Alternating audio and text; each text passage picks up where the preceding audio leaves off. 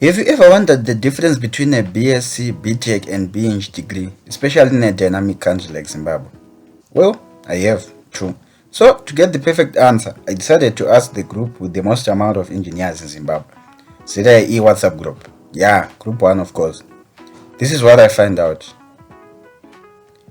Okay, let me pull up the picture, the screenshot I took. There you have it, guys. As you can see, most of them ticked as long as it's a degree. So, I guess there isn't any need to continue this video, right? So, roll credits. Thank you for watching, guys.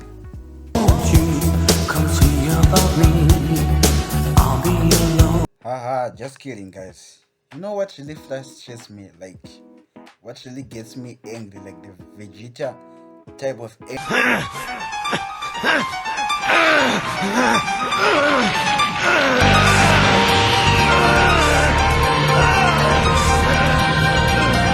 It's basically the fact that when you graduate, it won't even matter, guys. For example, you are at HIT. I heard from my research, HIT is quite expensive. You spend 4 years doing your BTech at HIT.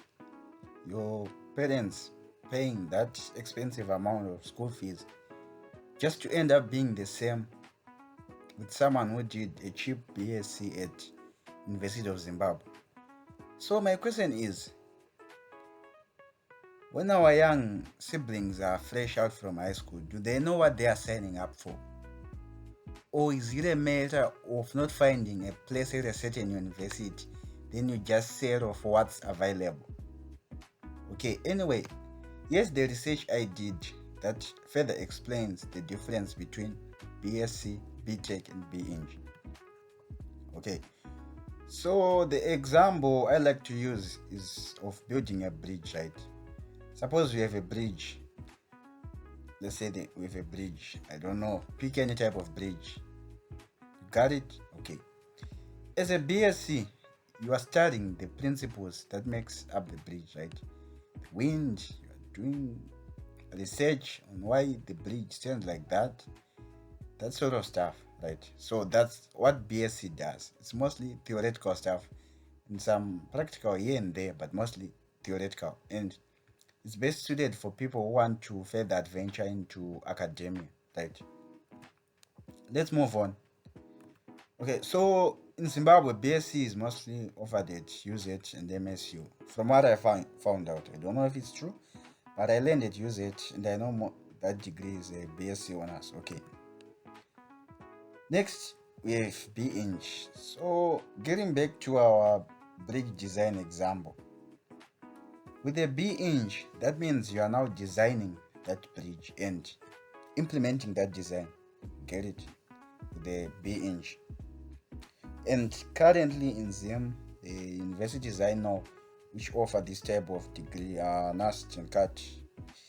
I'm not sure, but that's what I found out, especially for civil engineering at NAST and mechatronics at CAT, I guess. Then finally, BTech, which is currently offered at the Harare Institute of Technology. So, with a BTech, theoretically, that's supposed to mean the person is a bridge builder or a technician, right? They're the ones who do the repairs and stuff. So, what really gets me angry, as I said before, is when you graduate, you are all treated the same, right? Imagine you paid all that amount of money as a BTech, right? Since you were doing all those practicals and whatnot, then you are the same with someone who did BSc. Yeah, at the end you might say what's important is your technical experience, right? But at the moment of graduation, you are all the same, right? Right until you have done your graduate trainees, depending with where you were doing your graduate traineeship at. So, is it really worth it to pursue an expensive degree like this one, BTech, when you could just settle for this one, since you are going to do the same thing basically when you graduate? I don't know. Come on, guys, what do you think?